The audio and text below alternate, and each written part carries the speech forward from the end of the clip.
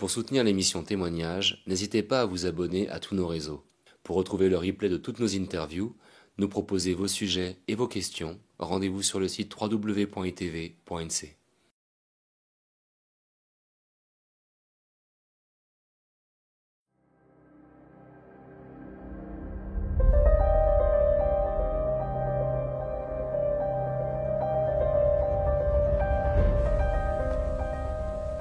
Nicolas Metzdorf, monsieur le député, bonjour. Bonjour. Nicolas Metzdorf, vous êtes un responsable politique calédonien anti-indépendantiste, président fondateur du parti Génération NC, calédonien de la 7e génération, enfant de la Brousse, originaire de la commune de Poya, à cheval sur la frontière entre la province sud et la province nord. Vous avez d'abord été élu député de la 2e circonscription de la Nouvelle-Calédonie, autrement dit la Brousse. Puis vous avez été élu en juillet dernier, suite aux législatives anticipées, député de la 1re circonscription qui regroupe les îles Loyauté et la capitale de Nouméa. Vous héritez d'une ville martyre ravagée par les émeutes de mai dernier. Tout d'abord, pour commencer, est-ce que vous pourriez nous raconter ce qu'il s'est passé en Nouvelle-Calédonie le 13 mai 2024, ce que vivent les gens depuis, dans quel état est le pays aujourd'hui? C'est une question large. Ouais. Non, mais déjà dans la présentation, il y a un terme qui n'est pas adapté, qui est de dire anti-indépendantiste. Les députés loyalistes ne sont pas anti-indépendantistes, ils sont anti-indépendance et non-indépendantistes. On n'est pas contre les indépendantistes, on est contre l'idéologie d'indépendance. C'est important à faire cette nuance. Qu'est-ce qui s'est passé le 13 mai? Bon, je crois que tout le monde le sait désormais. Le bras armé de l'Union calédonienne qu'on a appelé CCAT a échappé à tout contrôle des leaders politiques, enfin a échappé à tout contrôle. C'est en tout cas jusqu'ici la terminologie qui est utilisée pour saccager la ville de Nouméa et le Grand Nouméa, dont l'objectif était, d'après les dires de Christian Théin lui-même, de détruire l'économie coloniale de la Nouvelle-Calédonie si le dégel du corps électoral passait à l'Assemblée nationale. Donc ils ont mis à exécution ce qu'ils avaient annoncé publiquement, dans plusieurs discours qu'on peut retrouver partout. Et donc aujourd'hui, on subit les conséquences de cette destruction économique, parce que je crois que ce que n'ont pas réalisé ceux qui ont commis ces méfaits, c'est que l'économie d'un pays, c'est ce qui permet à un pays et donc à sa population de vivre dignement. Parce que on touche des salaires, on peut payer son loyer, payer sa voiture, payer à manger, payer l'école pour les enfants.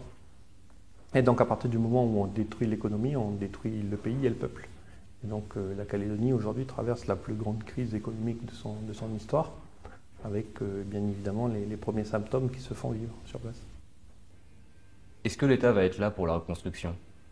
Pour le moment, ce qu'on entend, c'est que c'est très en dessous des attentes et des besoins. L'État est là, mais l'État n'est pas suffisamment là. C'est-à-dire qu'il n'y a pas une absence totale de l'État actuellement, puisque aujourd'hui, si la Calédonie survit encore, c'est grâce aux premières aides qui ont été versées et qui continuent d'être versées. Mais aujourd'hui, si vous voulez, on n'est pas mort, mais on est dans le coma. L'objectif des Calédoniens, c'est que le corps soit en vie et qu'on soit capable d'aller courir un footing. Aujourd'hui, l'État nous maintient dans un coma artificiel, ne nous laisse pas mourir. Mais nous, ce dont on a envie, c'est de retrouver la pleine forme. Et aujourd'hui, c'est loin d'être le cas. Qu'est-ce que vivent les gens en Nouvelle-Calédonie? Quelles sont les victimes de ces émeutes? Les victimes des émeutes, c'est les honnêtes gens. C'est les honnêtes gens qui se lèvent le matin pour aller travailler, qui rentrent le soir et qui récupèrent les enfants, qui leur font faire les devoirs, ceux qui aussi travaillent la nuit. C'est ceux qui ne demandent rien d'autre que d'avoir en Nouvelle-Calédonie une qualité de vie et de voir un pays qui se construit.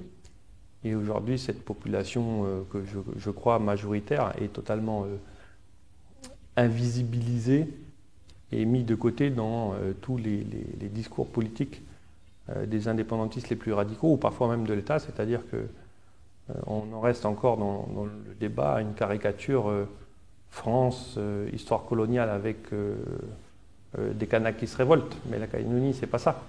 La Calédonie, c'est une mosaïque multiculturelle de gens honnêtes qui ne demandent qu'à vivre paisiblement.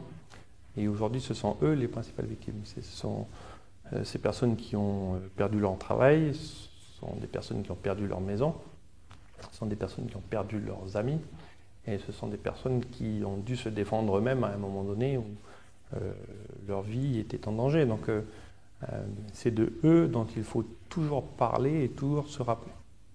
En termes de chiffres, ça représente quoi aujourd'hui en termes de départ, en termes de destruction, en termes d'emplois perdus? D'après les chiffres, on entend que ce serait l'équivalent de 7 millions de chômeurs en métropole. Oui, bon, on a perdu, aujourd'hui, il y a plus de 20 000 personnes au chômage, il y a 20 points de PIB de disparus, il y a, on estime, entre 4 et 5 milliards de dégâts d'euros, hein, donc 500 milliards de francs pacifiques. Donc, on n'a jamais connu ça. Ce sont des chiffres auxquels nous, on ne peut pas faire face, hein. Je rappelle que le budget du gouvernement de la Nouvelle-Calédonie, par exemple, c'est 70 milliards. Je rappelle que l'impôt sur le revenu en Nouvelle-Calédonie rapporte 20 milliards.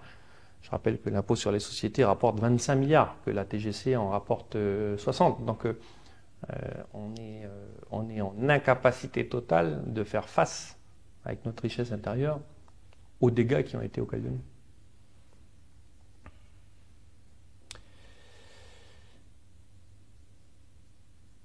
Et de façon plus personnelle, qu'est-ce que toi tu as vécu depuis le 13 mai 2024? Enfin, moi je suis dans le truc, donc moi je me bats pour pas que la Calédonie sombre économiquement, mais surtout sombre sociétalement. C'est-à-dire que aujourd'hui on a une poussée de ce que j'appelle moi un néofascisme, où il y a une population complètement radicalisée, complètement endoctrinée, qui considère que tout ce qui lui arrive est la faute des autres et est la faute d'une population blanche notamment. Et donc ça a déjà existé dans l'histoire du monde, le fait de mettre des étoiles jaunes sur le dos, les épaules des gens qu'on considère être dangereux pour la société. Donc ça s'appelle le fascisme. Et aujourd'hui, en Nouvelle-Calédonie, il est très fort. Il est très fort et mon but à moi, au-delà de trouver des aides pour reconstruire la Nouvelle-Calédonie, etc., c'est de lutter contre ça. De lutter contre ça. Donc il faut avoir un discours ferme et dur parce qu'on ne peut pas négocier avec le fascisme. Pétain a essayé, ça n'a pas marché. C'est Churchill qui a eu raison dans l'histoire. C'est une doctrine qui renverse toutes les valeurs. Les valeurs républicaines, les valeurs coutumières, les valeurs religieuses, on l'a vu. On a attaqué la démocratie et la République.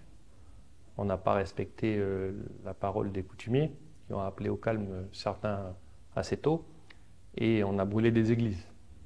Parce que la doctrine sur l'indépendance de Kanaki est plus forte que tout le reste. Et donc, à partir du moment où on ne discute pas dans le même niveau et dans le même champ, on ne peut pas trouver de solution.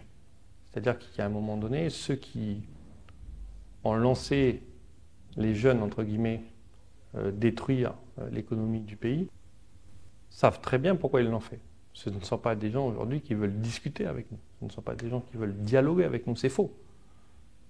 C'est faux. Vous reprenez tous les discours des leaders de la CCAT avant le 13 mai, vous ne voyez aucune allusion à une solution négociée, pacifique et de dialogue. C'est pas parce qu'on est en Nouvelle-Calédonie et dans le Pacifique Sud et qu'on a des cocotiers et du sable blanc qu'on échappe au bas-fond de l'âme humaine qu'est la haine de l'autre.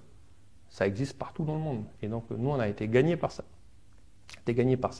Et donc, il faut que notre société lutte contre ça. On ne peut pas, sous couvert du fantasme de la poignée de main entre Jean-Marie Tjibaou et Jacques Lafleur, on ne peut pas être naïf et être aveugle devant l'extrémisme des indépendantistes les plus radicaux. Je reviens sur cette histoire de haine justement, et c'est pour ça que je te pose, je peux tutoyer. C'est pour ça que je te posais la question justement sur la haine de l'autre et que je te demandais comment tu avais vécu les choses. On a entendu les choses les plus effrayantes au sujet de toi, de ta famille. Comment tu vis les choses? On dit que t'es toujours sous protection policière aujourd'hui? Oui, mais j'aime pas parler de moi parce que c'est pas le sujet. Non, mais enfin oui, mais Oui, non, mais enfin, oui, ok, c'est écrit Mesdorf, bâtard, Mesdorf, enculé de blanc, et tout le champ lexical très développé des émeutiers. Mais c'est pas ça le sujet, parce que à travers moi, c'est toute une population, une façon de vivre et des valeurs qu'on attaque. C'est pas ma personne, c'est ce que je porte et ce que je défends. C'est ça qui est attaqué. Et donc, moi, ces attaques-là, elles m'inquiètent pour la société calédonienne, comme je dis. Moi, je ne suis que le porte-parole, donc oui, ma personne physique est visée, mais ça, bon, voilà, il y a le GIGN, ça va. d'accord. Et tu arrives à garder la tête froide. Je te pose la question, c'est pour être tout à fait honnête. Moi, j'ai lancé cette émission parce que j'étais en train de péter les plombs.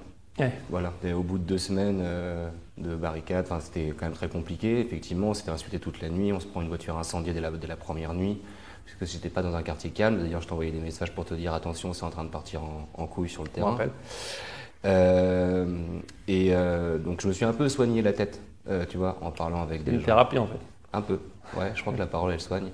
Et du coup, quand je me dis que j'ai dû vivre 1% des pressions que tu as subies, je me demande des fois comment tu fais. Non, mais en fait, franchement, ça me touche pas. Mais vraiment. Donc, c'en est même dangereux, je pense. Mais ça me touche pas. Ça me fatigue même.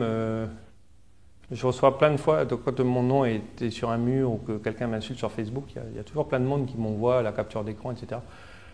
Euh, voilà. Ça existe, je sais que ça existe et je sais que je vois 10% de ce qui existe. Ça me renforce juste dans le fait que la haine est puissante en face. La haine est puissante en face. L'endoctrinement est fort. Quand tu vois les gosses, Ah ben, j'allais en parler. quand tu vois les gosses de 5 à 10 ans défiler avec des slogans qui insultent des personnalités comme moi, comme Sonia, ou qui insultent un système ou une ethnie. C'est-à-dire qu'en fait, on casse ce qu'on apprend à l'école, on casse ce qu'on apprend dans la coutume, on casse ce qu'on apprend dans la religion. Et on met une nouvelle façon de voir le monde. Voilà. Donc moi, je pense que le plus gros risque pour la Calédonie, parce que tout le monde s'inquiète du débat, à juste titre d'ailleurs, parce que c'est ce qui a façonné notre logiciel politique, du débat entre est-ce qu'on est français ou pas français. Moi, je pense qu'on va rester français définitivement. Parce que, un, la France ne veut pas nous lâcher. Parce que, deux, je pense que les indépendantistes modérés demandent l'indépendance mais veulent garder le passeport français. Et je pense que de toute façon, on n'a plus les moyens d'être indépendant aujourd'hui, puisqu'on n'a même pas les moyens d'être autonome. Donc je ne vois pas comment demain on passe dans l'indépendance. Donc je pense qu'on est français pour un bon moment. Et je pense par contre que le risque pour la Nouvelle-Calédonie, c'est de basculer dans une société qui soit très différente de celle qu'on a connue jusqu'ici. Qui ne soit plus une société universaliste et démocratique, mais qui soit une société très divisée, et avec un racisme exacerbé envers les minorités. Je pense que c'est le risque qu'on peut vivre, et avec une forme de bafouement d'un état de droit. Moi, c'est ça qui m'inquiète, parce que le statut juridique ne règle pas les problèmes de la société calédonienne. Ce n'est pas parce que tu es plus ou moins autonome que tu règles nos problèmes internes. Qui pense que demain, les non-indépendantistes seront plus en sécurité parce que c'est l'indépendance totale? Qui pense que demain, les indépendantistes vont arrêter d'être indépendantistes parce qu'on est français définitivement? Je pense que la société calédonienne, elle est malade, mais elle n'est pas malade de son statut juridique. Elle est malade d'une radicalisation qui s'est poursuivie après les événements de 84-88, malgré les efforts qui ont été faits par les accords de Matignon et les accords de Nouméa. Et c'est ça le principal risque chez nous. Tu le vois bien, la haine, elle est toujours là. Le risque, il est toujours là. Ça fait 5 mois ou 6 mois que Saint-Louis est bloqué. Et pourtant, dès que tu as réouvert la route, les caillassages ont repris. Ouais. La société est très malade. Comment on en est arrivé là? À un tel niveau de violence, à un tel niveau de haine? Je pense que les,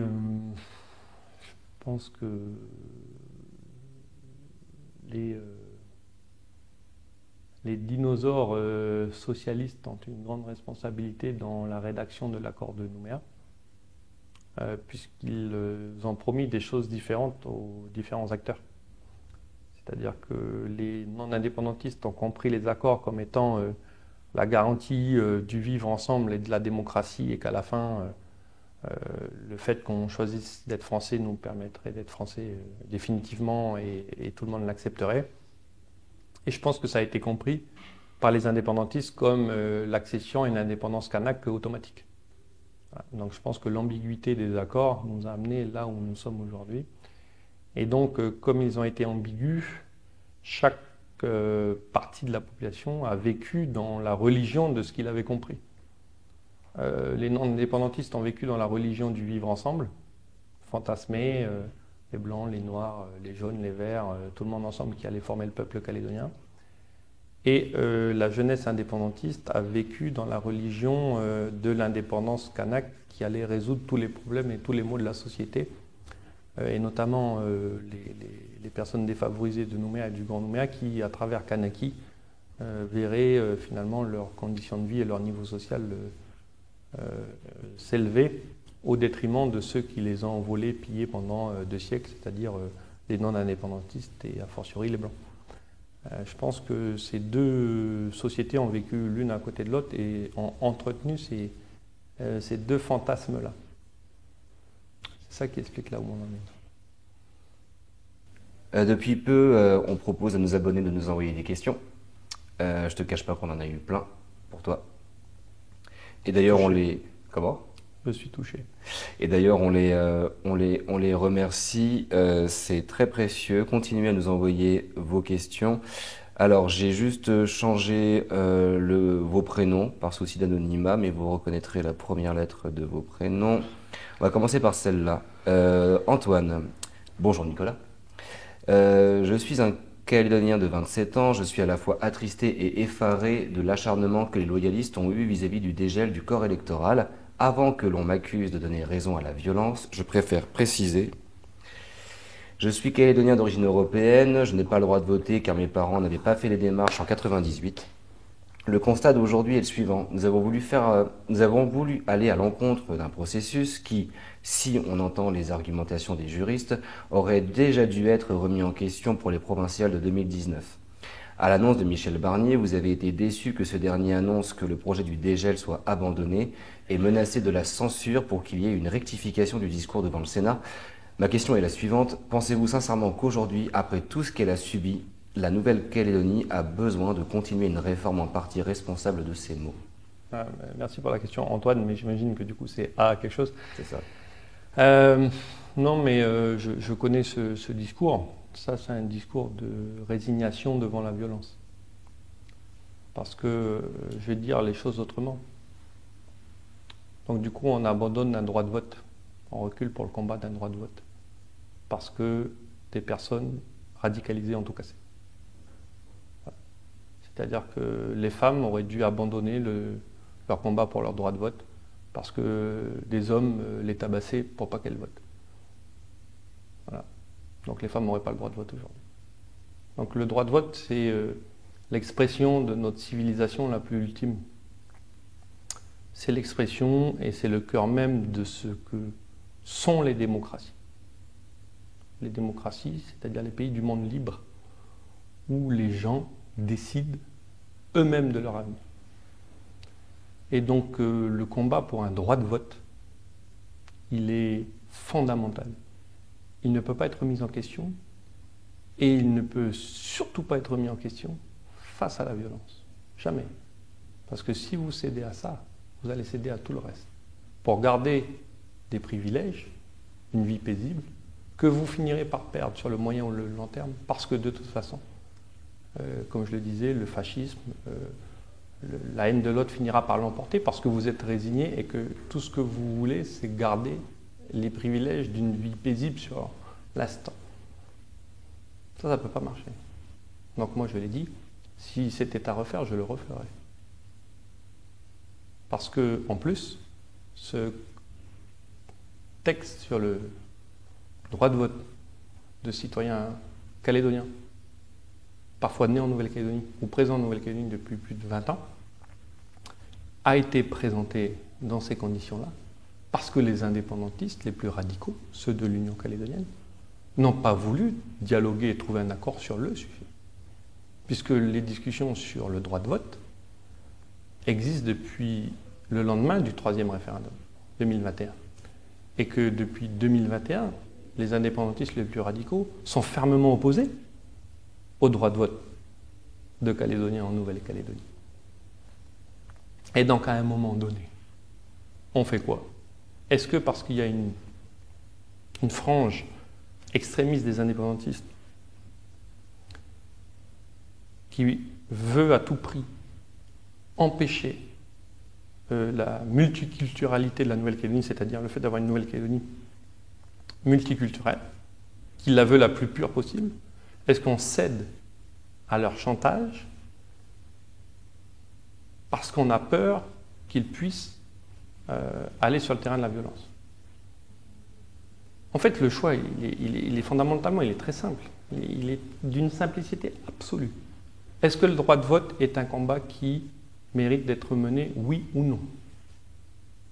Oui ou non? Parce que tout le monde dit oui. Antoine, il va dire, moi, bien sûr, je suis pour... Mais si ça ne peut pas passer par un accord, parce que ceux en face ne veulent pas, qu'est-ce que tu choisis? Nous sommes deux, je discute, je dis à quel point le droit de vote est important et qu'en plus, c'est ce qu'a décidé la majorité de la population. Si en face, j'ai quelqu'un qui me dit, comme l'Unipalika d'ailleurs, on peut trouver un consensus. On ne peut pas donner ça à tout le monde, mais on peut trouver un système. Bon, bah, ok, discutons et trouvons un consensus. Mais si tu as quelqu'un de l'UC qui dit, jamais je l'accepterai, et si tu le fais quand même, je casse tout. Tu as deux choix. Soit tu dis, ok, ben non, casse pas. Ah ou pardon. Soit tu dis, j'ai raison, et je ne peux pas accepter que la violence gagne sur la démocratie finale. Et c'est ce qui s'est passé. Caricaturalement, c'est ce qui s'est passé. Autre question internet de José. Qu'en est-il du retrait de la Nouvelle-Calédonie comme un pays à décoloniser auprès de l'ONU? Et pourquoi les indépendantistes parlent encore de statut association avec l'État, sachant que qu'on a clôturé ce problème avec le 3e référendum?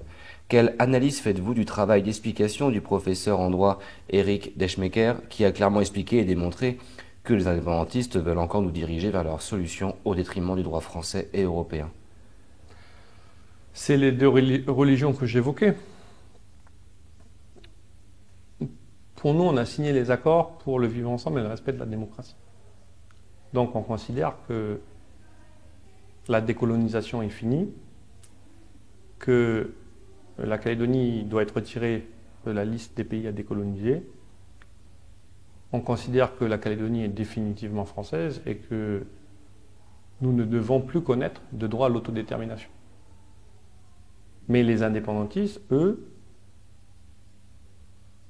ne comprennent pas ça, puisqu'ils disent que les accords ont été signés pour nous donner l'indépendance quoi qu'il arrive. Ou ce qui est faux d'ailleurs. Mais, ce qui est faux. Enfin, c'est Alain Christard lui-même qui l'a dit, pour si c'est les rats qu'on puisse le prétendre. Oui, mais Alain Christard, je me méfie, puisque comme il ment à tout le monde. Comme ça, c'est... Non, mais... Bon, très bien, comme ça, ouais, comme ça non, mais je n'ai pas de respect pour... Alors, la personne en lui-même, évidemment, j'ai rien à dire, mais c'est quand même un homme qui nous a fait écrire que pour rester français, il fallait faire 3 référendums. Pour avoir l'indépendance, il n'en fallait qu'un. Mais ça a été discuté avec tout le monde, c'est pas lui qui l'a inventé. Bien sûr, mais j'en veux... Il a bon dos quand même. Non, mais j'en veux autant à Jacques Lafleur. Ah non, mais j'en veux au RPCR de l'époque. D'accord. Aucun souci. Mais attendez, mais... Ouais. Moi, je ne me verrais pas accepter 3 référendums pour rester français aujourd'hui, contre 1 pour être indépendant. Jamais. Jamais. D'accord. Voilà. Ok. Donc en fait, je ne veux plus écouter ces dinosaures-là qui nous ont mis dans la situation actuelle. Ok, pardon, du coup, pour revenir à ce qu'on Pour disait. revenir à la question de Ouais, comment il très s'appelle. bien. Comment il s'appelle? On l'appelait José. J'aime bien José. Oui. J'avais un copain Oui, bah, je d'école me qui dire, je me s'appelait doutais José. bien que oui. Voilà. Et donc José, donc moi je suis d'accord avec José sur tout. Je pense que José doit voter pour moi. Et je le remercie, mais la difficulté que je veux expliquer à José, c'est qu'en face, il y a la moitié de la population qui n'est pas sur les mêmes règles du jeu. Enfin, Pas le même projet de vie en tout cas, ça c'est sûr. non, mais c'est encore là, projet de vie, c'est-à-dire c'est pas les mêmes règles du jeu. C'est-à-dire que si encore tu avais, comme je le dis toujours, les indépendantistes modérés qui disaient ok, les règles du jeu c'était bien celles-là, on a perdu, ce qu'on demande c'est de pouvoir reposer la question dans 20, 30 ou 40 ans, ça 100 ans. Ça 100 ans. Parce que je ne veux pas passer pour celui que je ne suis pas.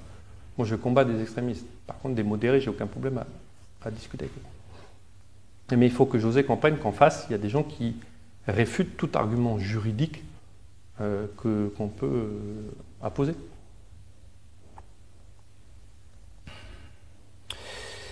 Il posait cette question par rapport à l'ONU.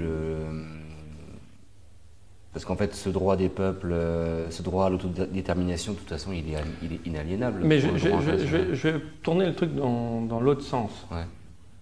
À partir de quand on est décolonisé, en fait?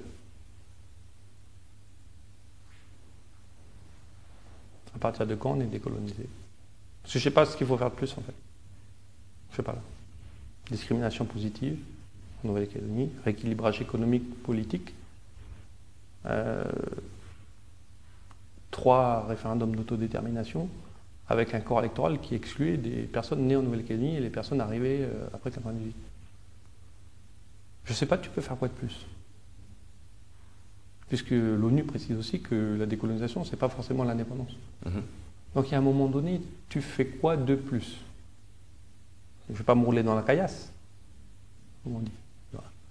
Donc si la Calédonie n'est pas décolonisée, en ayant un président du gouvernement indépendantiste, en ayant 2 provinces indépendantistes sur 3, en ayant 26 ou 25 communes indépendantistes sur 33, en ayant un Sénat coutumier et un CESE à majorité indépendantiste.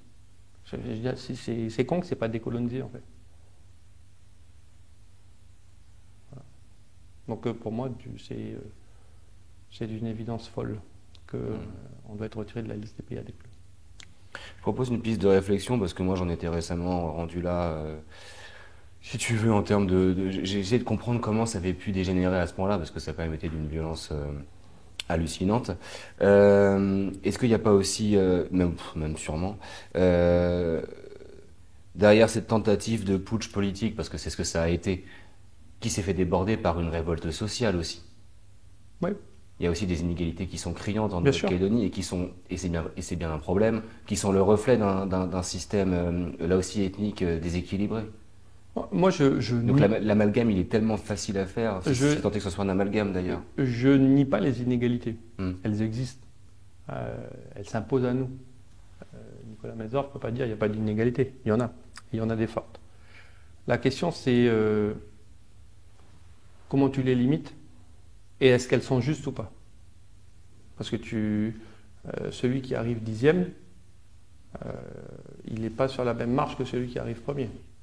Il y a une inégalité dans le résultat, mais il a couru moins vite. Donc il faut regarder ça sous ces 2 aspects.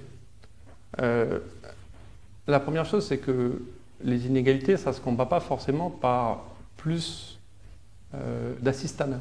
Il y a aussi une culture et un état d'esprit à donner. C'est-à-dire qu'à un moment donné, on doit aussi expliquer, moi j'ai été éduqué en disant tu peux y arriver dans la vie si tu travailles. Si tu travailles à l'école, si tu travailles pendant les week-ends, si tu travailles pendant les vacances, si tu as finalement une hygiène de vie à respecter. Si il n'y a pas la structure familiale, comme je disais, coutumière ou religieuse, qui apprend ça à une jeune génération et qui lui dit au contraire, ce qui t'arrive est de la faute de l'autre, tu ne peux pas progresser. Et donc tu restes dans l'inégalité injuste. Je crois que la Calédonie est un pays suffisamment grand, suffisamment riche, avec suffisamment de foncier et suffisamment d'opportunités pour que chacun puisse vivre dignement. Et je suis contre le fait de dire que les inégalités existent parce qu'on n'en a pas fait assez. Moi, je crois que la Calédonie est un État-providence. Et l'arrêt des mesures à cause des exactions le prouve. On voit bien que quand il n'y a pas d'aide publique, le ticket de bus est à 500 francs. Quand il n'y a pas d'aide publique, on n'est plus aidé pour le logement. Quand il n'y a plus d'aide publique, on n'a plus l'aide médicale gratuite. C'est-à-dire que la Calédonie avait ces dispositifs-là pour aider les plus démunis. Mais il y a une phrase de Kennedy, je crois, qui disait ne réfléchis pas à ce que tu peux demander à ton pays, réfléchis à ce que toi tu peux faire pour lui. Ouais, je pense qu'on n'a pas assez aussi créé cet état d'esprit-là chez nous. Je veux dire qu'il faut responsabiliser les gens. Ce n'est pas toujours les politiques et les institutions et l'argent public qui peut solutionner vos problèmes. J'entends ça. L'autre jour, il y a 2 jours, il ne me vaudra pas de le citer parce que c'est un de mes maîtres à penser. Il y a Thibaut Bizien qui m'a appelé. Il me dit Max, j'écoute tes interviews, je vois que tu parles de révolte sociale. Je pense que c'est bien plus profond que ça. Je pense qu'on a assisté à un effondrement systémique parce que rien ne fonctionne. Le gouvernement collégial, ça fonctionne? Combien de réformes on n'a pas réussi à faire? Là, on apprend qu'on va augmenter de 35% le prix de l'électricité, qu'on va enfin taxer le sucre, mais ça fait 15 ans qu'on aurait dû le faire quand on voit... Et ça, c'est qu'un exemple parmi d'autres. Je pense qu'il ne faut pas mélanger les choses. Je pense qu'il y a ce qui relève de la politique publique et il y a ce qui relève de la culture d'un pays. Ouais. Si tu as une culture de la repentance, de l'excuse et de l'assistanat, toutes tes politiques publiques, gouvernement collégial ou pas, iront dans ce sens-là. Si tu as une culture de l'effort, de l'autorité, du travail, toutes tes politiques publiques iront dans ce sens-là. C'est bien que tu parles de Thibaut Bizien. Regarde Thibaut Bizien, est-ce qu'il a attendu qu'il y ait un service créé dans une mairie ou dans une province qui allait ramasser les déchets? Thibaut Bizien, il est... l'exemple de ce que je veux. Quelqu'un qui... Non mais... Il appréciera, je suis sûr. Ouais, mais... C'est un Calédonien qui s'est levé et qui s'est dit « Mon pays est dégueulasse, ouais. Je vais le nettoyer ». Il n'a pas fait un statut sur Facebook pour dire « Ce pays est dégueulasse, que font les politiques ?» Voilà. Thibaut Bizien, il a dit « Je me lève, je crée une association, je mets des gens autour de moi et je vais aller nettoyer les plages et les mangroves. » Voilà, lui, il s'est demandé qu'est-ce qu'il pouvait faire pour son pays. Donc, c'est très bien que tu me parles de lui. Je trouve que c'est le meilleur exemple qu'on puisse trouver. Tu as fait un article, une interview dans le JDD, dans le JDD, où tu disais que Calédonien en exil, il est temps de rentrer à la maison. Il y a effectivement beaucoup de gens qui sont partis, j'en croise pas mal en France. Ils sont pas très motivés pour revenir. D'ailleurs, ce qui est triste, c'est que c'est souvent des entrepreneurs. C'est souvent des mecs qui sont là pour créer, qui n'ont jamais le droit d'être malades. Par contre, qu'est-ce qu'ils payent pour que tout le monde puisse l'être et puisse être pris en charge? Ils ne sont pas très motivés parce qu'ils sont en train de se dire, bon, attendez, on va revenir, mais pour assister à quoi? Pour quel rêve, entre guillemets? Ils sont conscients qu'on est à 1 an des provinciales, que ça va être probablement rude comme campagne, qu'on va vraiment assister à 2 projets de société pour la 10e fois qui vont s'affronter en place publique. C'est quoi un peu ce que tu aurais à leur vendre aujourd'hui, même si c'est que de la sueur et des larmes? Des sueurs et des larmes, non, quand même pas. Moi, enfin, déjà, je ne juge pas. Je comprends, mais je veux leur dire une chose, c'est que le combat que l'on vit en Nouvelle-Calédonie est un combat qui existe désormais partout dans le monde. Voilà. Le monde est fracturé en 2. Oui, non, mais c'est pour en revenir à l'effondrement systémique de... Le monde est fracturé en 2. Les démocraties contre les autocraties. Voilà. La Russie contre l'Ukraine, la Chine contre Taïwan. Même au sein des États-Unis, il y a une fracture. Oui. Donald Trump, Kamala Harris. En France, les libéraux, Emmanuel Macron, l'extrême gauche, Jean-Luc Mélenchon, et l'extrême droite, Marine Le Pen. Le monde est fracturé. Après la guerre, la Deuxième Guerre mondiale, le monde était fracturé entre le bloc communiste et le bloc libéral capitaliste. Aujourd'hui, il y a toujours deux blocs, mais c'est plus en mode démocratie-autocratie. Et si vous venez en France, vous aurez ce débat-là. Si vous allez aux États-Unis, vous aurez ce débat-là. Si vous allez en Australie, vous aurez ce débat-là. Ce débat-là, il existe partout. Partout, tout le temps. Et c'est pas parce que vous quittez la Nouvelle-Calédonie aujourd'hui que vous échappez à ça. Et que vous échapperez à ça. Vos enfants, à part aller dans le nord du Canada ou dans le sud de la Nouvelle-Zélande, vos enfants seront soumis à ces questions. Parce que c'est le débat de notre siècle. Et donc autant le faire chez soi. Autant choisir sa team et se défendre chez soi. Voilà, c'est ce que je dis. Quitte à le faire. Parce que de toute façon, on doit le faire. On doit le faire chez nous. Question abonnée de la part de Ludo. Vous avez souvent déclaré que vous préférez regarder à travers le pare-brise plutôt que dans le rétroviseur. Toutefois, j'aimerais partager mon expérience pour illustrer que l'histoire pèse encore lourdement sur nos vies. Mon arrière-grand-père a vu tous ses proches décapités, un traumatisme qu'il a laissé muet à jamais. Mon grand-père, quant à lui, s'est battu contre le code de l'indigénat pour vivre dignement, mais a été broyé par l'injustice du monde occidental, sombrant dans l'alcool. Dans les années 90, mon père s'est vu refuser des prêts bancaires, simplement à cause de la couleur de sa peau. Aujourd'hui, je fais partie de la génération qui a une petite opportunité de réussir. Nous sommes Kanaks par nos pères et métis par nos mères, c'est cela mon patrimoine.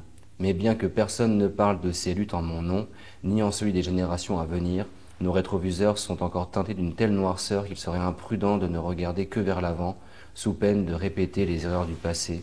Ces erreurs sont gravées sur les tombes de nos pères. Dans ce contexte, pensez-vous réellement que plus de 150 ans de souffrance et d'indignation peuvent être réparés en quelques générations ? Mais personne n'a le monopole d'avoir une histoire difficile.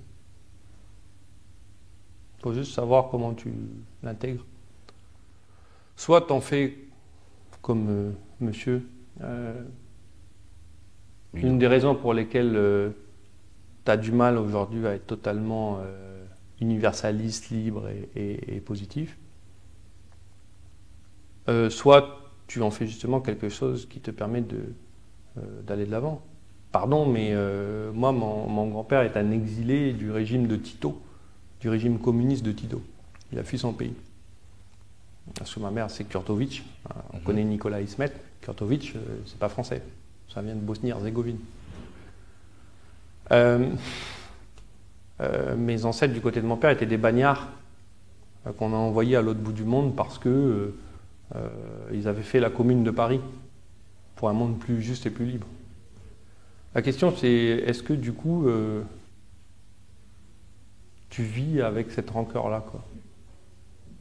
Enfin, pardon, mais les peuples du monde entier ont souffert. Du monde entier. L'esclavage a été fait par toutes les civilisations du monde. Toutes les civilisations du monde ont colonisé des territoires. L'Empire mongol, pardon, c'est une colonisation. L'Empire romain, c'est une colonisation. L'Empire aztèque, c'est une colonisation. L'Empire, quand le Japon est allé en Corée, c'est une colonisation.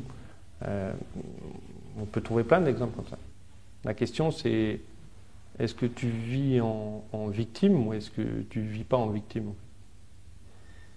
Voilà. Est-ce que tu es une victime ou pas? Pose-toi la question, est-ce que tu es une victime ou tu n'es pas une victime?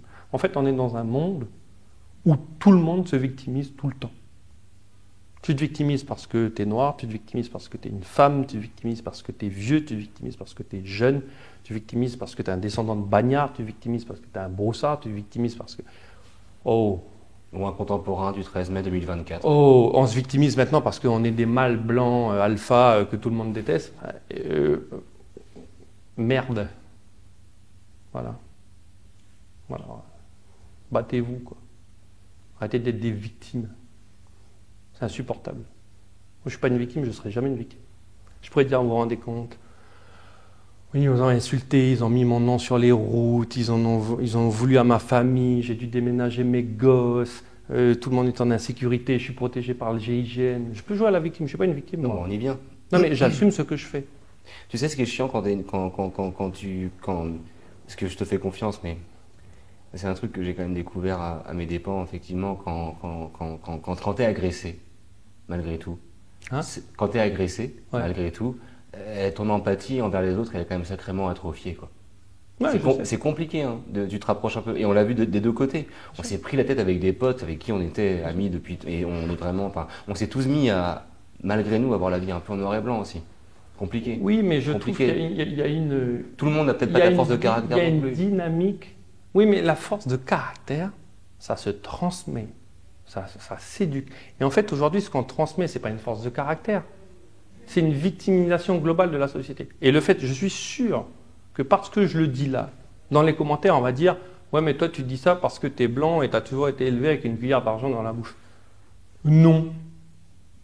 Parce que, en fait, moi, si je respecte les canons de la société, j'aurais dû être éleveur à Poya. Je suis devenu député de la deuxième et de la première circonscription. Voilà.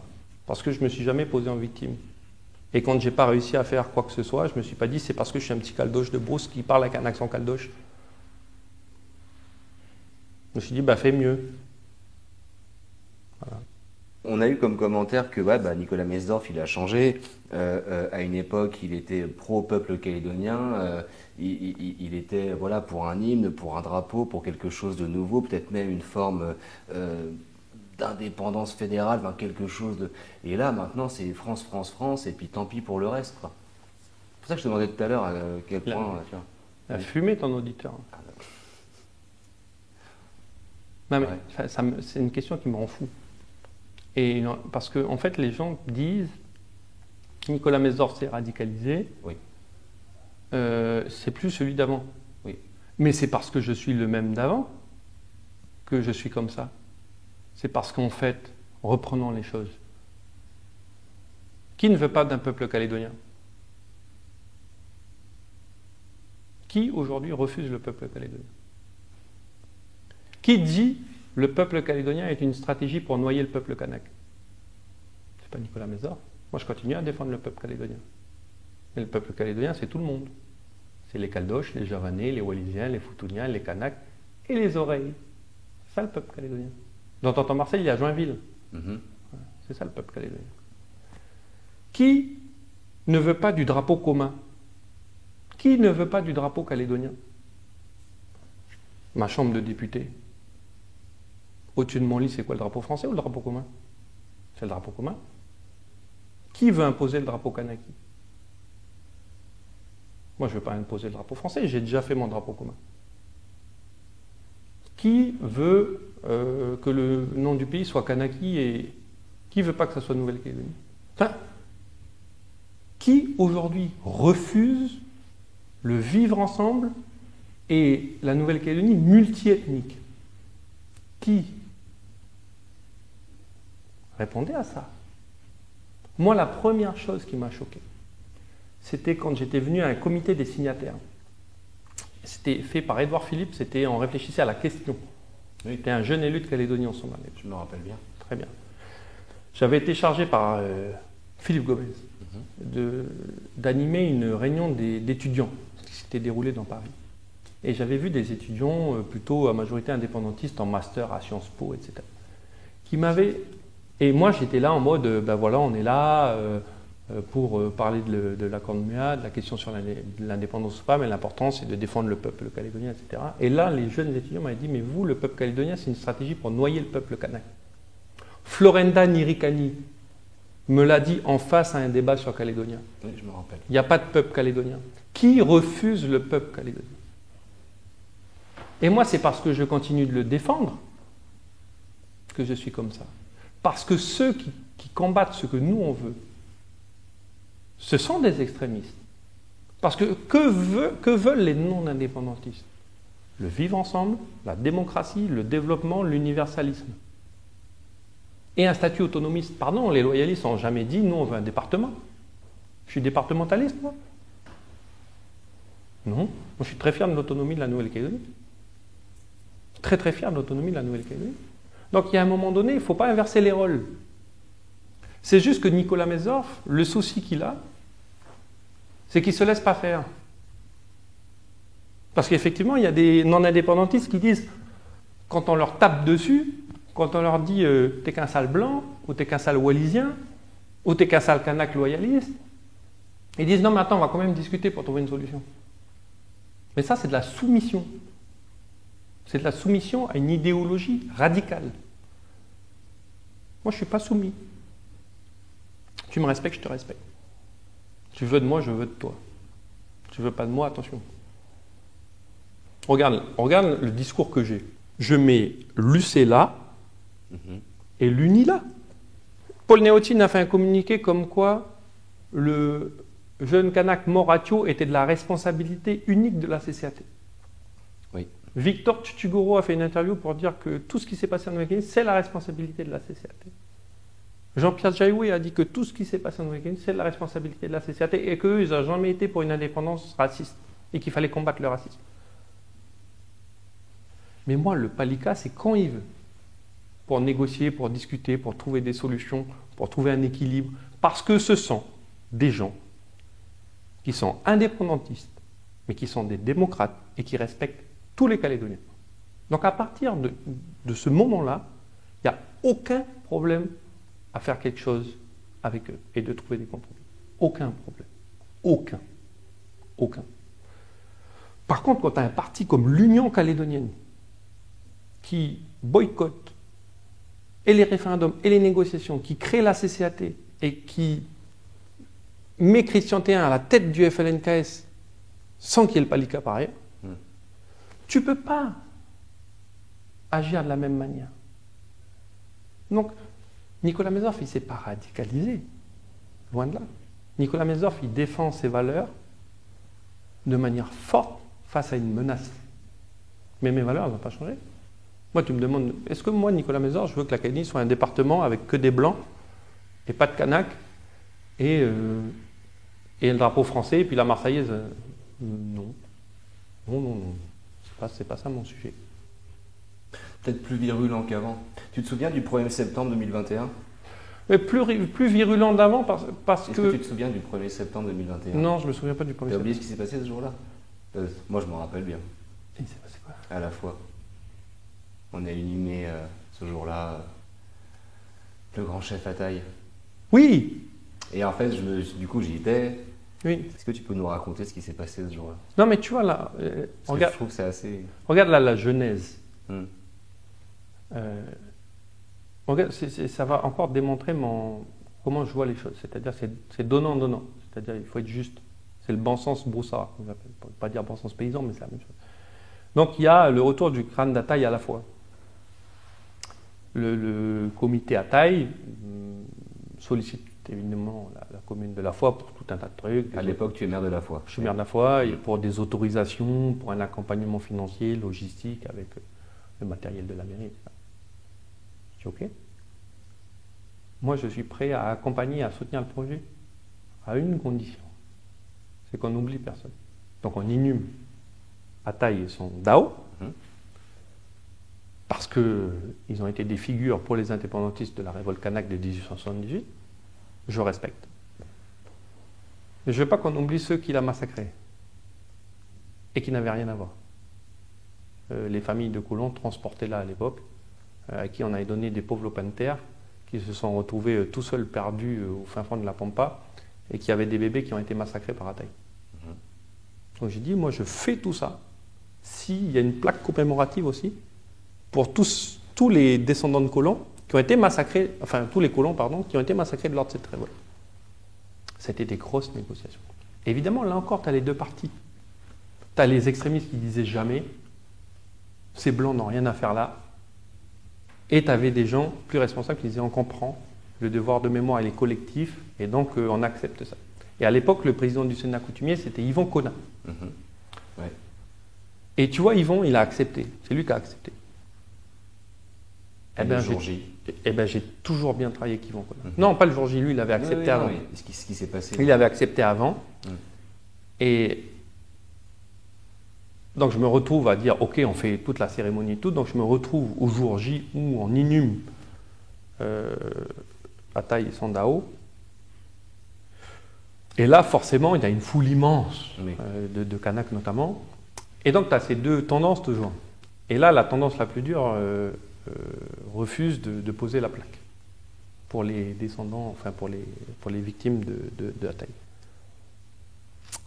Et je suis avec Sonia Baquès à l'époque, il ne faut pas oublier. Et le haut-commissaire. Patrice Faure. Et on dit, si la plaque n'est pas posée, on arrête tout. Nous, on part et on arrête les financements. Parce que ça se finance, la tombe d'Ataï. Parce que ce n'était pas le deal de départ. Et finalement, la partie modérée l'emporte et on finit par poser la plaque.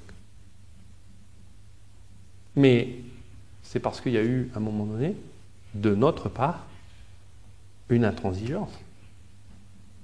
Si Nicolas Metzdorf n'avait pas été ferme à ce moment-là, il n'y aurait pas la plaque à la fois pour les victimes d'Ataï. Donc il y a un moment donné, c'est chiant. Oui, il faut être ferme, oui, il faut être dur. Moi, ça ne me plaît pas, je suis plutôt un bon mec, je l'ai toujours dit. Ça ne me plaît pas. Mais si tu n'es pas comme ça, en fait, tu ne fais que reculer. Je me suis posé la question parce que du coup, tu as eu un discours que moi j'ai trouvé honnête ce jour-là quand tu as pris la parole devant tout le monde en disant bon, les gars, à un moment donné, vous nous dites quoi, si c'est soit chacun de son côté ou est-ce qu'on vit ensemble une fois pour toutes. Mais je me suis quand même demandé, parce qu'on était tous avec les journalistes à se demander bon, est-ce qu'il y a un plan d'évacuation pour Nicolas de prévu? Parce que c'était tendu, hein, franchement. Bien sûr, c'était tendu. La première interview qu'on a fait avec le père Rokapikawa, il l'a évoqué ce jour-là. Il dit, on a encore réussi à se marcher dessus ce jour-là, alors que ça devait être une commémoration. Mais d'ailleurs, le père Apikawa a pris la parole. Oui, parce qu'en fait, moi, ce qui m'a rendu fou à ce moment-là, c'est qu'il y a eu des discours très durs à l'encontre, là encore une fois, des Blancs, d'un racisme fou. Et c'est le père Apikawa qui prend la parole et qui dit attention, c'est pas ça les valeurs qu'on nous a transmises. Même Louis Mapou, qui était là, a fait un discours, on voit qu'il est du Palika, Louis Mapou, a fait un discours en disant attention, il ne faut pas laisser les autres sur le bord de la route, en parlant de nous. Et donc ça a été un moment, en fait, c'est très bien que tu prennes cet exemple, c'était un condensé de ce qu'on vit là. Oui. C'est-à-dire qu'en fait, il y avait nous, les non-indépendantistes, de toutes les ethnies, qui disions, on veut juste que les choses soient au même niveau, les uns avec les autres, et dans le monde indépendantiste, à ceux qui voulaient nous balayer, et à ceux qui avaient compris que c'était important de faire avec nous. Et je suis content d'avoir réussi par la fermeté, parce que les modérés l'emportent sur les radicaux. Mais pour rebondir sur justement les mots que tu employais, à quand cette belle époque où le grand chef Ataï, ce sera le héros de tout le monde d'une révolte contre l'injustice, où les 32 Fonwari, ce seront nos morts à tous? Est-ce qu'on y arrivera? Comment tu as réagi quand tu as appris la profanation du mausolée Ataï? Ça pourra devenir ça un jour? Non, mais la profanation du mausolée d'Ataï, encore une fois, ça m'a confirmé dans l'analyse que j'avais de la radicalisation d'une partie de la jeunesse indépendantiste. Parce qu'ils ont même, du coup, saccagé ce qu'on avait fait ensemble.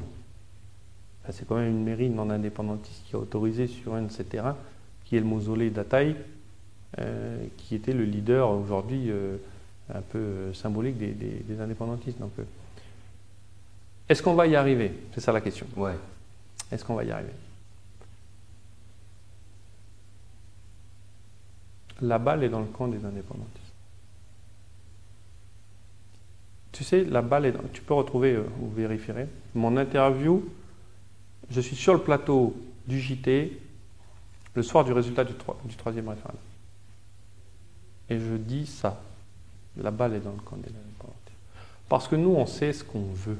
Je le redis, je le redis et je le redirai toujours. La démocratie, le vivre ensemble. Pas compliqué. La sécurité, je rajouterai aujourd'hui. Mais ça va de soi, normalement. Les indépendantistes veulent quoi? Et aujourd'hui, il y a un motif d'espoir,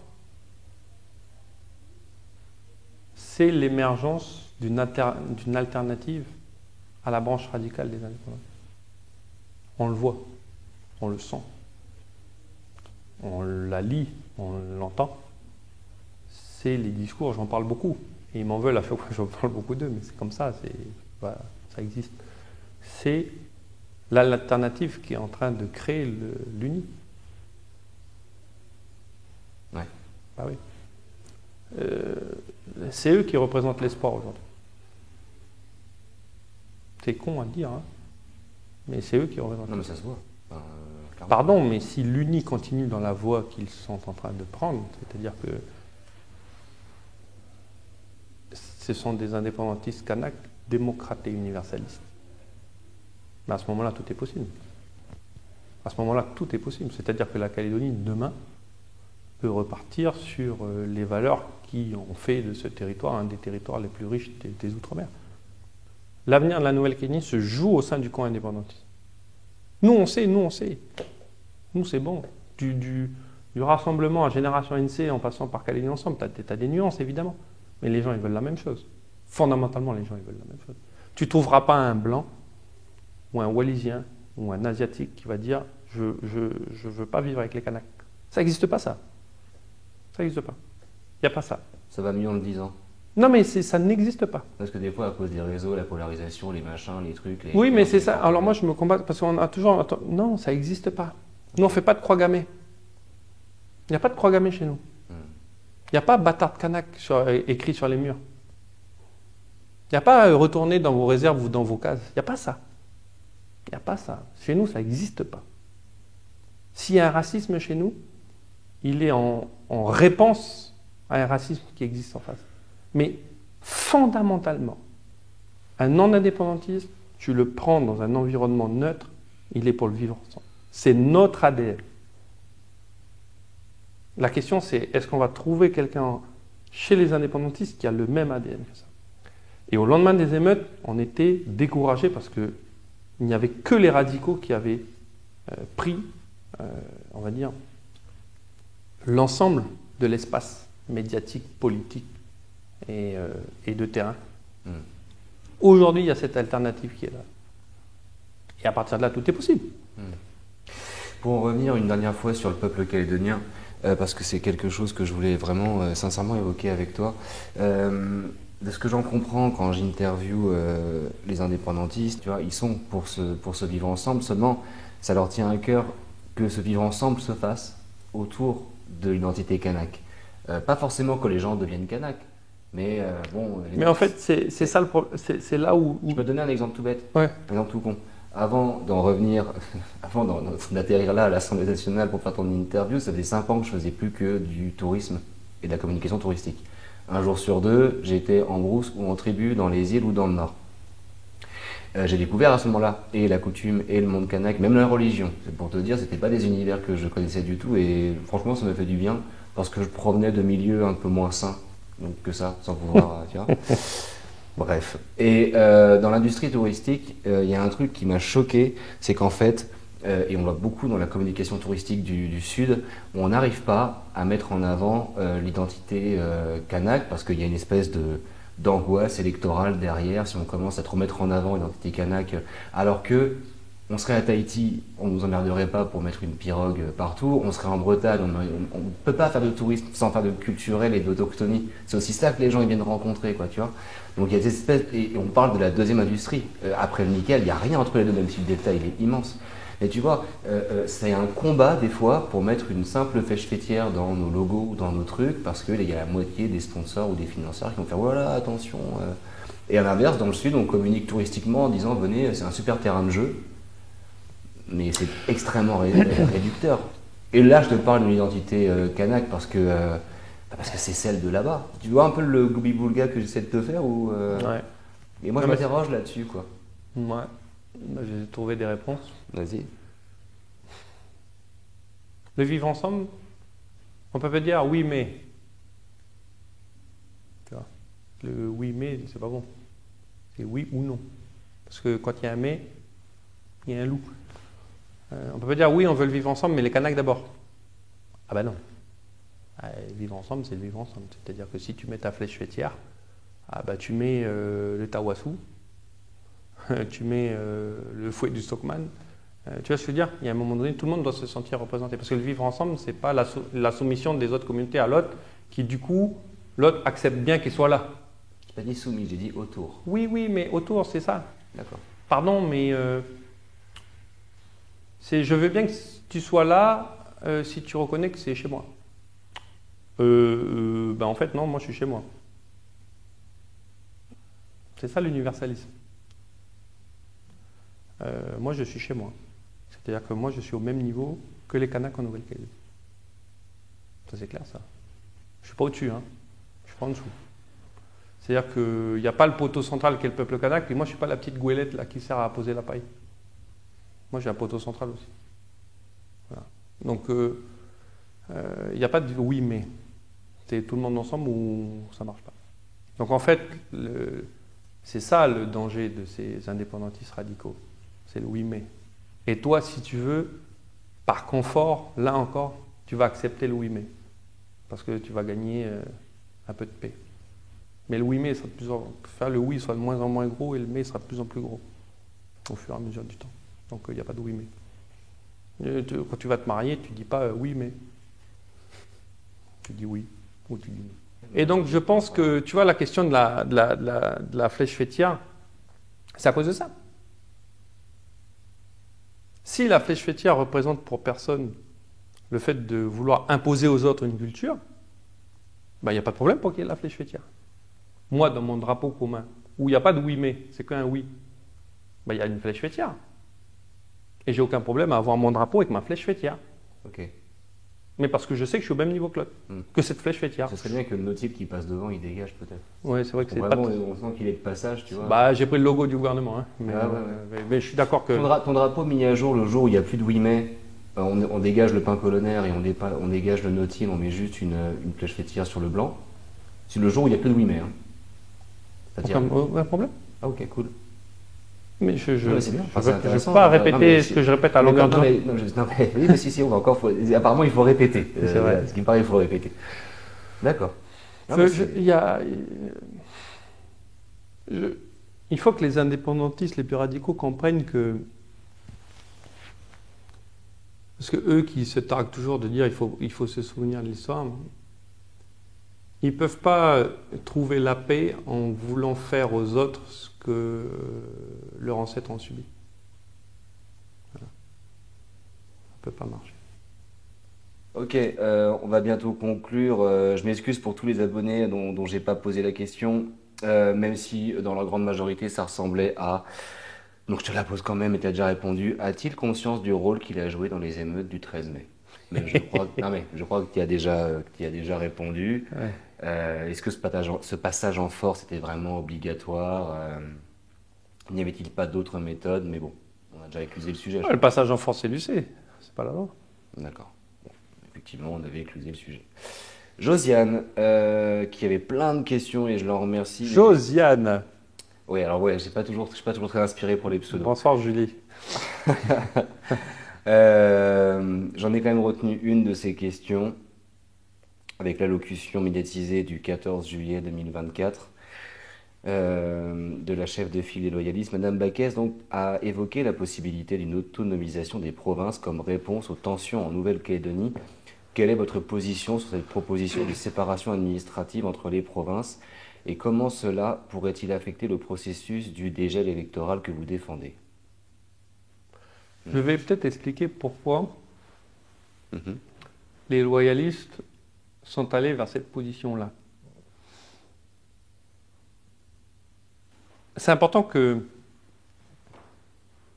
tout le monde écoute bien.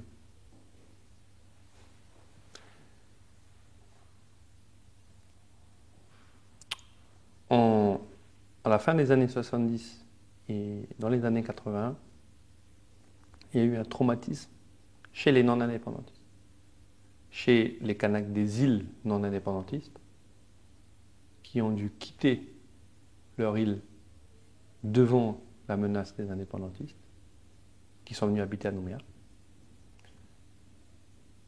Et le traumatisme des Caldoches de la côte Est, qui ont dû émigrer vers la côte Ouest, parce que leur propriété était occupée. C'est le traumatisme des événements. et les populations wallisiennes et futuniennes, évidemment que je n'oublie pas, qui ont été visées comme étant des soutiens des non-indépendantistes. Ce traumatisme-là, on a pu l'expliquer par ce qu'ils appellent en métropole le fait colonial. C'est-à-dire que ça a été la révolte des Kanaks, menée par Jean-Marie Tjibaou, pour que les Kanaks accèdent à une plus grande dignité chez eux, parce qu'ils n'étaient pas considérés, à juste titre, comme des Calédoniens comme les autres. Et le monde non indépendantiste l'a compris. C'est important d'entendre ce que je dis là. Le monde non indépendantiste a compris. Et donc, il a accepté les accords de Matignon et de Nouméa, qui se sont faits au détriment des non-indépendantistes. Évidemment, le partage des provinces pour les indépendantistes, parce que la demande de la provincialisation, elle est des indépendantistes, pour que la minorité indépendantiste ait le pouvoir politique et économique sur la Nouvelle-Calédonie. Puis il y a eu les accords de Nouméa, au détriment des non-indépendantistes, pour que les indépendantistes aient le pouvoir grâce au gouvernement collégial, exercent le pouvoir, même s'ils sont minoritaires, comme il est collégial, et qu'il y ait les référendums sur l'autodétermination. On a accepté tout ça parce qu'on avait compris que c'était important pour les Kanaks indépendantistes qu'on puisse réparer les choses de la colonisation. Ce qui nous a permis aussi d'accepter le préambule de l'accord de Nouméa, affiché dans le congrès de la Nouvelle-Calédonie, à un moment où c'est les non-indépendantistes qui présidaient le congrès. Aujourd'hui, le monde non-indépendantiste ne comprend pas ce qui s'est passé. Et ne peut pas le comprendre. Et ne peut pas l'accepter. Et ne l'accepte pas. Les mots sont importants. Parce qu'il considère ce monde non-indépendantiste à juste titre. Que les efforts ont été faits pour pas que ça se reproduise. Que la redistribution a été faite. Que le rééquilibrage a été fait. Que le partage a été fait. Et donc là, les non-indépendantistes, ils se disent, mais on a quand même revécu la même chose, en plus intense, malgré tout ça. C'est ce que disent les vieux, oui. Malgré tout ça. Donc, comme ce sont des gens pragmatiques, ils se disent, mais on ne peut pas refaire ce qui n'a pas marché. Et la question qu'ils se posent, les non-indépendantistes, elle est d'une simplicité absolue. Comment garantir que mes enfants vont vivre en sécurité en Nouvelle-Calédonie? C'est la seule question qui se pose. Réponds à ça. Quelle est la réponse à ça? Voilà. Donc on en est là. On en est là. On en est là. Mais bien sûr qu'on en est là. À devoir se dire du coup... Mais qu'est-ce qui demain garantit aux enfants de Nicolas Mesdorf, aux enfants de Max Lebras, aux enfants de Velma Falaeo, aux enfants de Alcide Ponga, qu'ils vivront en sécurité en Nouvelle-Calédonie. Et que les indépendantistes ne les réattaqueront pas une troisième fois. Ah oui. Eh oui, il ne faut pas oublier ça. Une fois en 84, une fois en 2024. Et entre 84 et 2024, il ne s'est pas rien passé. Oui, bien sûr. Non, mais j'entends. Ah ben... Non, mais après, t'as beau tourner le truc dans tous les sens. Quand je dis que la balle est dans le camp des indépendantistes, ben soit c'est la branche universaliste et démocrate qui gagne, et on a moins besoin de découper les choses, soit c'est le FLNKS version CCAT. Et tu fais quoi avec le FLNKS version CCAT? Comment tu garantis avec le FLNKS CCAT que nos enfants vivront en sécurité dans 5, 10, 15, 20 ans et qui ne reconnaîtront pas ce que nous avons connu?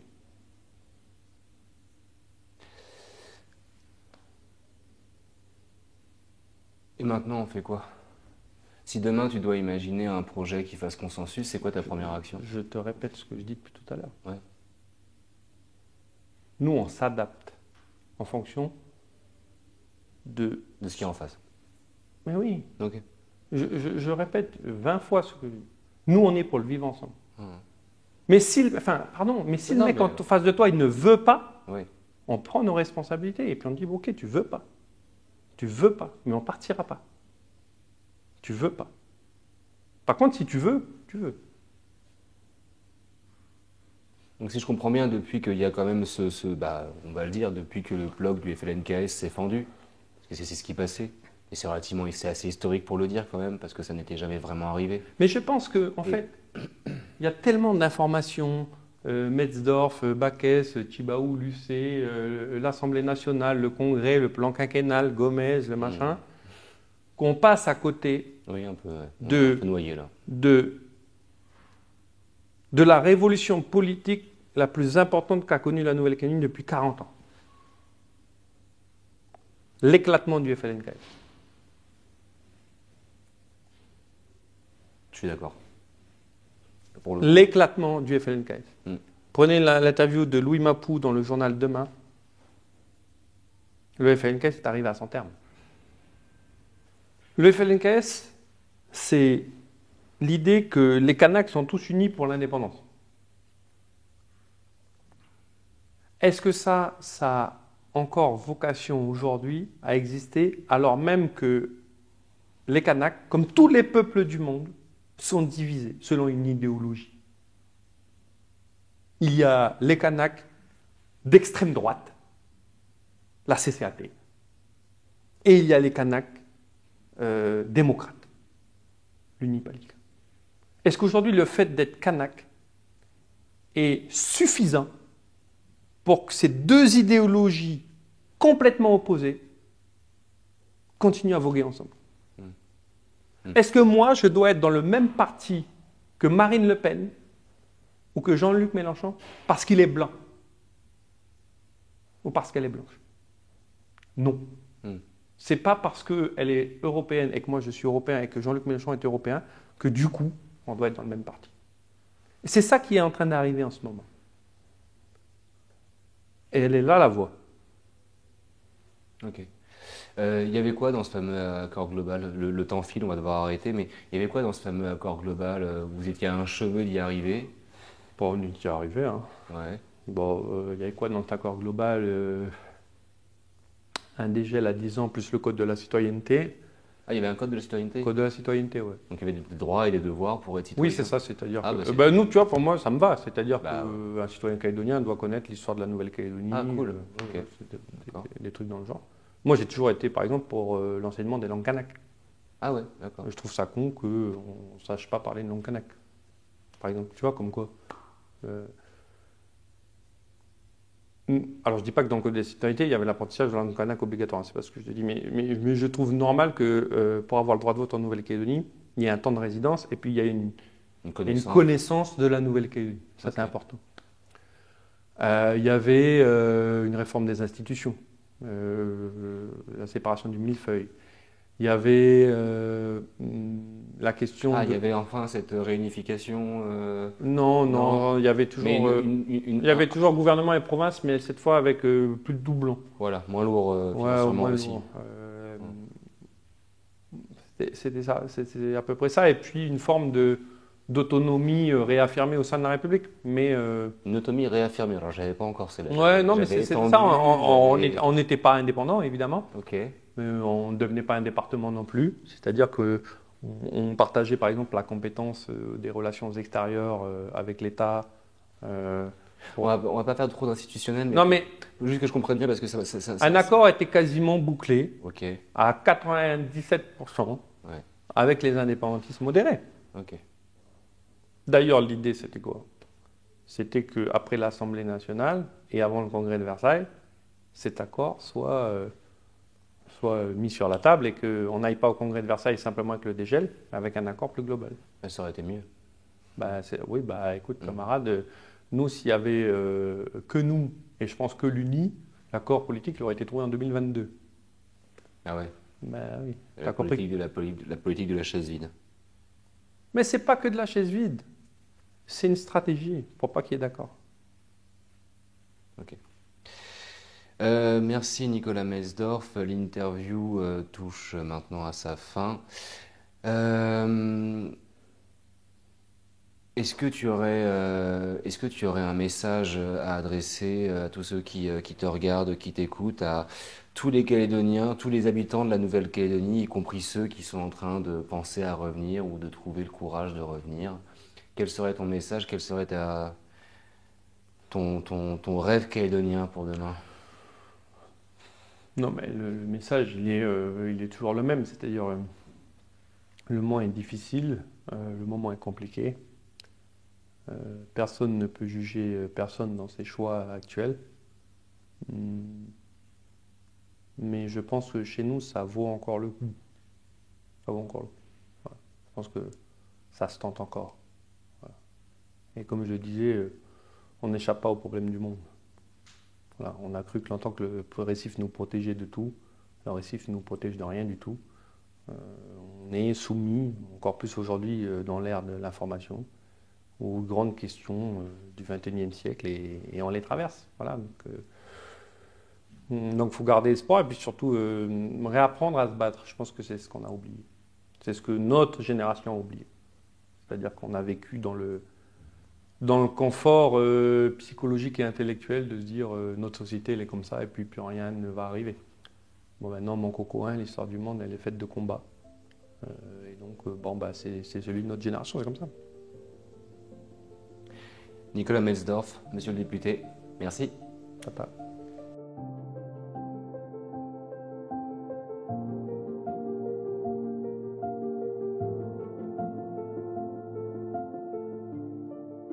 Pour soutenir l'émission Témoignages, n'hésitez pas à vous abonner à tous nos réseaux. Pour retrouver le replay de toutes nos interviews, nous proposer vos sujets et vos questions, rendez-vous sur le site www.itv.nc.